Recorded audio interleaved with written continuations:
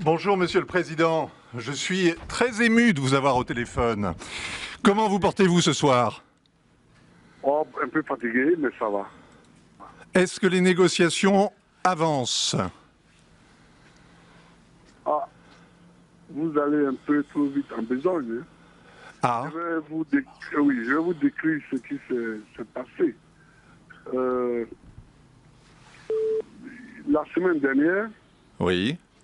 les forces de Ouattara, que nous appelons ici les rebelles, mais bon, vous n'êtes pas obligé de partager notre terminologie, ont pris beaucoup de villes en Côte d'Ivoire et sont rentrés à Abidjan. Alors, l'armée régulière a contre-attaqué. Et au moment où l'armée pensait les avoir suffisamment affaiblis sur Abidjan, et donc s'apprêtait à prendre la contre-offensive pour aller à l'intérieur du pays, hier, lundi, la France a opéré des frappes aériennes avec des avions de guerre et a bombardé des sites stratégiques de la capitale de Côte d'Ivoire, d'Abidjan. Allô? Allô? Oui, oui, je vous écoute, Monsieur le Président. Oui. Est-ce que vous pensez que la France a outrepassé le mandat que lui donnait la résolution de l'ONU? Ah ben, écoutez, moi je ne connais pas de résolution de l'ONU où cette institution demande à la France de rentrer en guerre contre nous. Or, hier lundi, la France est rentrée directement en guerre contre nous. Avant cela, elle était en guerre contre nous, mais de façon indirecte. Elle transportait les troupes rebelles d'un point à un autre, elle les armait, elle leur donnait des munitions. Mais hier, c'était vraiment la seule fois où la France est rentrée directement en guerre. Il y a toutes les soutes à munitions de l'armée d'Abidjan ont été bombardées. Le palais de la présidence a été bombardé. La résidence du chef de l'État a été bombardée pendant que je m'y trouvais. La télévision nationale a été vraiment détruite. La radio aussi, etc. Donc, Mais vous-même, vous vous battiez, ou du moins votre armée, vos troupes fidèles se battaient elles aussi. ah oui, mais elles se battaient contre la rébellion et non pas contre la France.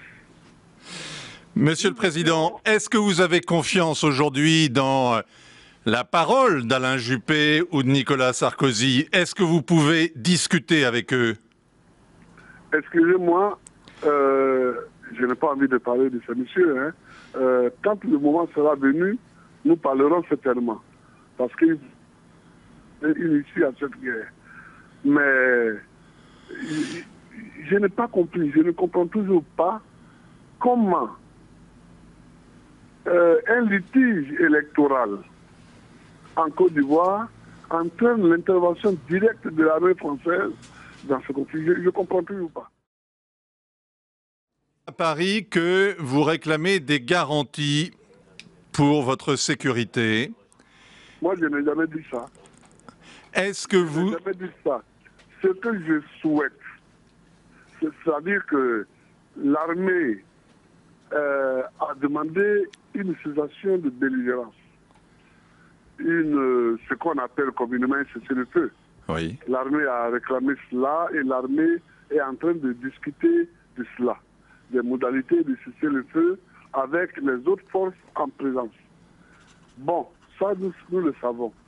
Mais sur le plan politique, aucune discussion n'est encore engagée. Donc vous n'êtes pas décidé, Monsieur le Président, à laisser la place à Alassane Ouattara? Mais écoutez, le débat de fond demeure. Parce que le débat de fond, il est simple. Les élections du 28 novembre, qui l'a gagné et qui l'a perdu. Alors, avec ce débat, on est rentré progressivement dans une situation de guerre. J'ai dit que la France est rentrée dans cette guerre-là et a détruit les forces de nos forces armées. Bon, on va voir ce qu'on fait, on va voir comment on discute. Monsieur le Président, est-ce que je vous ai bien compris? Vous ne reconnaissez toujours pas la victoire d'Alassane Ouattara? Mais il n'a pas gagné les élections, monsieur, cher ami. Est-ce que... Comment voulez-vous que je le dise? Il n'a pas gagné les élections. Et lui, il dit que je n'ai pas gagné les élections. D'accord. Il y a le débat. Est-ce que pour ramener la paix à Abidjan, vous êtes prêt à quitter la présidence? Écoutez, pour amener la paix en Côte d'Ivoire, il faut que nous discutions tous les deux. C'est ça qui est le plus important. Il faut que nous discutions tous les deux, que chacun présente ses arguments. Les biens sont simples. Est-ce que vous voulez dire que ce soir, vous réclamez un tête-à-tête avec Alassane Ouattara? Écoutez, ça fait longtemps que nous sommes en Côte d'Ivoire, nous avons eu plusieurs tête-à-tête, nous nous sommes téléphonés depuis, mais depuis que nous sommes rentrés dans cette crise, eh bien, chacun campe sur ses positions. Nous attendons. Vous êtes actuellement à la résidence du président de la République. On dit que vous êtes dans un bunker avec votre famille. C'est pas moi qui ai construit ce bunker-là. C'est pas moi qui l'ai construit alors. Et vous pensez que vous pouvez rester dans ce bunker? Mais mon problème n'est pas de rester dans un bâtiment ou pas. Mon problème est qu'on trouve une issue à cette crise qui n'aurait jamais dû être militaire d'ailleurs. Elle est, bon, il faut qu'on lui trouve une issue. Et je suis prêt. Comment est-ce que vous imaginez, Président Gbagbo, comment est-ce que vous imaginez la sortie de cette crise? Comment est-ce que vous la voyez? Oh, vous savez, pourquoi vous me posez cette question d'ailleurs? Parce que j'essaie d'imaginer comment les choses vont se passer dans les heures qui viennent. Et qu'est-ce que vous pouvez réclamer? Oh, ce que moi je peux réclamer, la vérité des urnes, c'est tout. C'est tout ce que j'ai toujours réclamé. La vérité des urnes.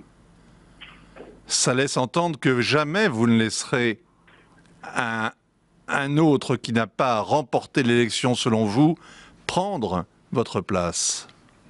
Oui, mais votre mot jamais est trop. Parce qu'il ne faut jamais dire jamais. N'est-ce pas? Il ne faut jamais dire jamais. Mais je l'ai dit que vous me demandez ce que je réclame. Moi, je réclame la vérité des urnes. Et la vérité des urnes, pour obtenir la vérité des urnes, vous êtes prêt à mourir pour cela? Ah, je n'ai pas bien entendu votre question. Est-ce que vous êtes prêt à mourir pour votre pays et pour imposer cette vérité des urnes? On n'a pas besoin de mourir. Moi, j'avais proposé depuis déjà quelque temps qu'on recompte les bulletins de vote. Est-ce que ça, on a besoin de mourir pour ça? Mais ce n'est pas trop tard? Non, mais je veux dire, on n'a pas besoin de mourir pour ça. Et puis, non seulement qu'on recompte les bulletins de vote, mais ensuite qu'on respecte l'ordre constitutionnel. Les institutions de la République de Côte d'Ivoire disent que j'ai gagné. Pourquoi est-ce qu'on s'en détache alors que dans toutes les élections qui ont lieu en ce moment en Afrique, ce sont les conseils constitutionnels qui proclament les résultats? Brusquement arrivé en Côte d'Ivoire, on estime que non. Alors c'est pas compliqué pourtant. Cela fait 4 mois. Oui, mais ce n'est pas compliqué. Ce n'est pas moi qui complique le problème et qui allonge les délais. Ce sont ceux qui ne veulent pas ni recompter les voix sur la contestation, ni appliquer les résultats proclamés par les institutions. Monsieur le Président, oui. Vous menez une bataille depuis une semaine très difficile et on vous sent fatigué. Oui, je le suis, oui. Je suis très fatigué, oui. Vous n'avez pas envie de tout lâcher? Oh, écoutez, mais pourquoi aurais-je envie de tout lâcher? Si j'avais voulu tout lâcher, on n'aurait pas eu le multipartisme en Côte d'Ivoire. Des années, au moins 30 ans, pour qu'on chacun ait le droit de s'exprimer ici, pour que les gens aient le droit de créer des journaux. Je n'ai pas tout lâché en ce moment-là. Et vous n'avez pas... Et en ce moment-là, j'étais très fragile, puisque j'étais quasiment un inconnu. Mais vous ne craignez pas, Président, que en vous incrustant, en réclamant la vérité des urnes, en réclamant qu'on recompte les bulletins, vous ayez laissé passer le temps d'une solution pacifique et que ça se termine très mal, tout ça? Qu'il n'y ait plus de solution? Monsieur, s'il vous plaît, oui. Quand il y a deux protagonistes à la fin d'une élection qui se contestent mutuellement le résultat, et qu'il y en a un qui dit recomptons les bulletins ou bien suivons la voie constitutionnelle, et qu'il y en a l'autre qui prépare une armée pour venir attaquer. Qui est celui qui laisse passer le temps de la paix? Et vous ne pensez pas que l'histoire jugera? Ah si, elle jugera. Et je compte bien que l'histoire jugera. J'y compte bien. Bon, alors laissons l'histoire juger. Et bon. Si votre départ conditionne la fin des combats, est-ce que ça vaut pas le coup de songer à partir tête haute? Si il est... Non, n'ajoute pas tête haute, parce que si que mon départ peut donner la paix à mon pays, s'il est prouvé, il n'y aurait pas de problème. Mais ce n'est pas du tout prouvé. Et c'est très loin d'être prouvé, ça. C'est très loin d'être prouvé. Alors, qu'est-ce que vous allez faire? Continuer à vous battre, dos au mur? Mais moi, je ne me bats pas. Je me bats pas. Je me défends quand on m'attaque. Sinon, dans ce pays-ci, la Côte d'Ivoire, ni d'un coup d'État, ni d'une guerre civile. Renseignez-vous, vous saurez que je n'ai jamais été à la base ni d'un coup d'État, ni d'une guerre civile. Monsieur le Président. Pour ça, il faut regarder de l'autre côté. Monsieur le Président, si vous étiez en face de Ouattara, d'Alassane Ouattara, qu'est-ce que vous lui diriez ce soir? Je lui dirais qu'il n'a pas gagné, c'est pas la peine que les gens meurent. Et lui... Je lui dirais ça. Et vous pensez que ça suffirait pour qu'il s'efface? Ah ben non, parce que si ça suffisait, on n'aurait pas fait la guerre. Je sais très bien que... Mais c'est ce que je lui dirais. Vous m'avez demandé ce que je lui dirais, c'est ce que je lui dirais. Donc la guerre va continuer. C'est ça ce que vous nous dites? Non, c'est pas ça que je dis, parce que je pense que les êtres humains ont en eux une dose de sagesse qui finit toujours par triompher. Donc je suppose qu'elle va triompher, mais je pense que les militaires ont demandé la cessation des belligérances. Bon, je suppose que après eux, immédiatement après, les politiques vont prendre le relais pour discuter. Et moi, je suis prêt à discuter. La France réclame que vous signiez un papier où vous reconnaissiez la victoire d'Alassane Ouattara. Vous ne le signerez jamais. Je ne reconnais pas la victoire de Ouattara. Pourquoi vous voulez que je signe ça? Donc vous ne signerez jamais ce papier. Si je reconnaissais la victoire de Ouattara, ça se saurait. Si lui aussi reconnaissait ma victoire, ça se saurait. Pourquoi voulez-vous qu'au Bénin, au Tchad, au Burkina Faso, en Guinée, etc., les conseils constitutionnels proclament les résultats qui sont acceptés par le monde entier? Et puis en Côte d'Ivoire, les conseils constitutionnels proclament les résultats que les gens ne veulent pas accepter. Pourquoi, selon vous? Pourquoi? Est-ce que ça veut dire que vous allez préférer Non, mais je vous ai posé une question. Mais je ne sais pas quoi vous répondre, Monsieur le Président. Monsieur le Président, je suis infichu de vous répondre. Je suis meilleur pour les questions et encore que pour les réponses. Bon. Est-ce que... Pardonnez-moi d'être aussi familier, mais j'imagine que vous vivez des moments extrêmement durs. Vous êtes... qu'est-ce qui vous permet, qu'est-ce qui vous fait tenir? Comment vous tenez sous cette pression? Oh, mais la recherche de la vérité. Je trouve absolument ahurissant que la vie d'un pays, la vie d'une nation entière se joue sur des coups de dés ou des coups de poker dans des capitales étrangères. Des gens se lèvent, disent n'importe quoi qui n'a rien à voir avec la réalité. Ce n'est pas sage pour la gouvernance mondiale. Et ce n'est pas sage que les pays puissants. Que les pays puissants aient ces positions-là quand il s'agit de pays plus pauvres et plus faibles. On vous sait croyant. Oui. Et on imagine que vous avez de la peine pour tous ces morts et tous ces blessés de ces derniers jours. Beaucoup de peine. Beaucoup. Et je sors même d'un culte là. Pardon? J'ai dit, je sors même d'un culte là. Oui. Si ça peut vous aider, oui. Je sors d'un culte pour prier justement pour que la sagesse habite les uns et les autres et qu'on s'asseye et qu'on discute. Un de mes slogans en Côte d'Ivoire, c'est justement asseyons-nous et discutons. C'est un de mes slogans. Et si vous demandez à des Ivoiriens, ils vous le diront. Mais on ne veut pas s'asseoir parce qu'on compte sur des forces armées étrangères. On compte... Mais personne ne peut prendre le pouvoir comme ça. Même si quelqu'un prend le pouvoir comme ça va durer combien de temps? J'ai l'impression, Monsieur le Président, que personne ne pourra vous convaincre. Non, mais écoutez, moi je suis en Côte d'Ivoire. J'ai fait la politique depuis que j'ai l'âge de 18 ans. Je connais tous les hommes politiques en Côte d'Ivoire. Je connais tous les partis politiques en Côte d'Ivoire. Je connais tous les gens. Je connais toutes les régions. Alors, j'ai une position et personne ne veut m'écouter. On ne veut même pas écouter le Conseil constitutionnel.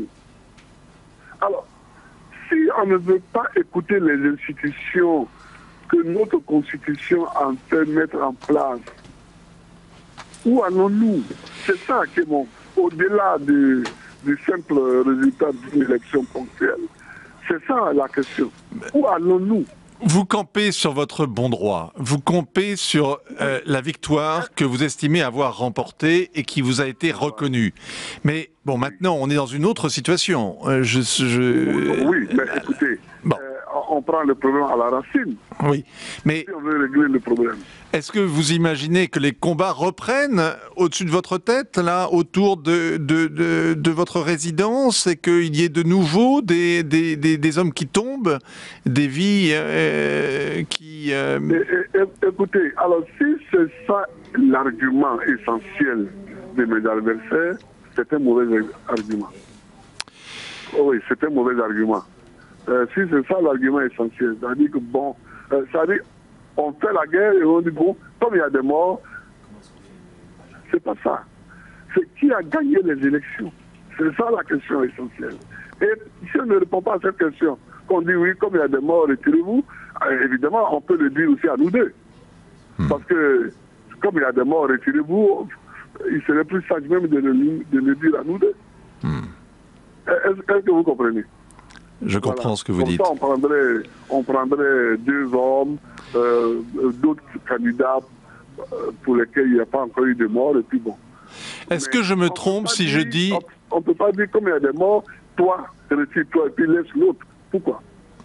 Est-ce que vous pensez que les forces de rebelles, les anciens rebelles, ont commis des crimes de guerre? Oh, mais je n'en suis pas là. Moi, j'espère prendre 2 lois d'amnistie pour eux. Donc, moi, je ne suis pas à culpabiliser un tel. Non, on m'a dit, pour avoir la paix, il faut faire prendre des lois d'amnistie. Je les ai fait faire. Je fait des projets de loi, je les ai présentés au Parlement qui les a votés. Donc je ne regrette pas du tout, parce que nous avons eu quand même 3 ou 4 ans de paix relative sous ces lois-là. Bon, donc je ne le regrette pas. Mais je ne suis pas là pour accuser quelqu'un.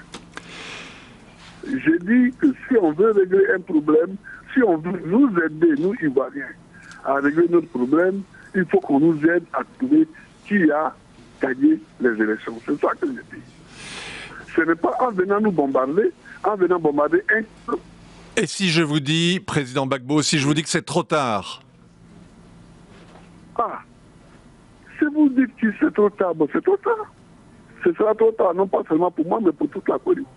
Pour toute la Côte d'Ivoire. Mais sachez seulement que dès le premier jour de la contestation, dès le 29 novembre ou au début du mois de décembre, j'ai dit recomptons les voix. J'ai dit suivons la voie de la Constitution. Mais depuis, toutes sortes de pays ont reconnu la victoire d'Alassane Ouattara. Donc là, on tourne en rond. Vous dites que beaucoup de pays ont reconnu depuis la victoire d'Alassane Ouattara. Oui, c'est-à-dire que beaucoup de pays ont dit que Ouattara est le nouveau président. C'est différent de reconnaître la victoire. Or, pour reconnaître la victoire, c'est le Conseil constitutionnel seul qui le proclame. Or, c'est juste celui que le Conseil constitutionnel a proclamé vainqueur. Les autres, ils ont dit que Ouattara est le nouveau président. C'est tout à fait différent. Très bien. Merci, Monsieur le Président, d'avoir accepté de nous parler, de parler ainsi aux Français. On va donner la plus large écho à vos déclarations. Je vais vous poser une dernière question toutefois. Oui. Elle est un peu indiscrète, elle est un peu intime, mais est-ce que vous êtes prêt à mourir? Oh, je crois que un homme qui vit et qui ne pense pas à la mort ne vit pas. Et puis, moi je ne suis pas un kamikaze. J'aime la vie. J'aime la vie. Pour les amis qui m'ont connu quand j'étais étudiant en France, ils peuvent en témoigner. J'aime la vie. Donc ma voix n'est pas une voix de martyr, n'est pas une voix de... Non, je ne cherche pas la mort. Mais il veut dire que la mort, bon, maintenant 65 ans passés, si la mort arrive, elle arrive, hein, elle arrive. Mais c'est pas mon objectif, ça, mourir. Merci, Monsieur le Président. Longue vie à vous alors, et aux Ivoiriens. Merci beaucoup. Merci de me souhaiter longue vie. Allez, merci. Au revoir, Monsieur le Président.